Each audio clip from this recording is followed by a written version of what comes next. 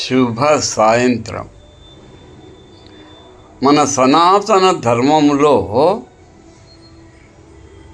దైవ సంస్మరణ, దైవ స్మరణతో నిత్యకృత్యములు చేసే విధానం.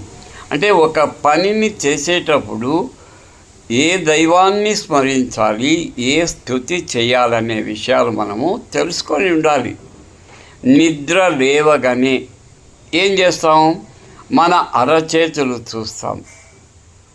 అరచేతుల్లో అగ్రభాగాన ఎవరుంటారు, మధ్య భాగాన ఎవరుంటారు, క్రింది భాగాన ఎవరుంటారని తెలిపే శ్లోకం. కరాగ్రే వసతే లక్ష్మీ, కరమధ్యే సరస్వతీ, కరమూలే స్థితే గౌరీ, ప్రభాతే కరదర్శనం, ప్రభాతే కరదర్శనం. నిద్ర లేచిన వెంటనే రెండు చేతులు బాగా రాపిడి చేసి ఆ తర్వాత రెండు చేతులను మన ముఖము వైపు తిప్పుకొని మన కళ్ళతో అగ్రస్థానాన్ని చూడాలి. ఎందుకు?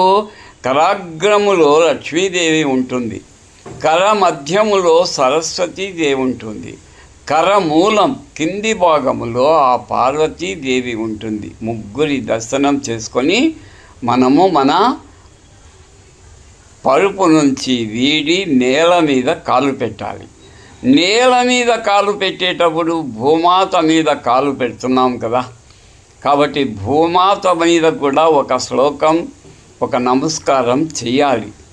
పాదములు భూమి మీద మోపినప్పుడు సముద్రవసనే దేవి పర్వతస్థనమండలే విష్ణుపత్ని నమస్తుభ్యం, విష్ణుపత్ని నమస్తుభ్యం, పాదస్పర్శం క్షమస్వయే, విష్ణుపత్ని నమస్తుభ్యం, పాదస్పర్శం క్షమస్వయే. చూసారా? ఆ లక్ష్మీదేవి, ఆ భూదేవి, ఆ శ్రీ మహావిష్ణువు యొక్క సతులు.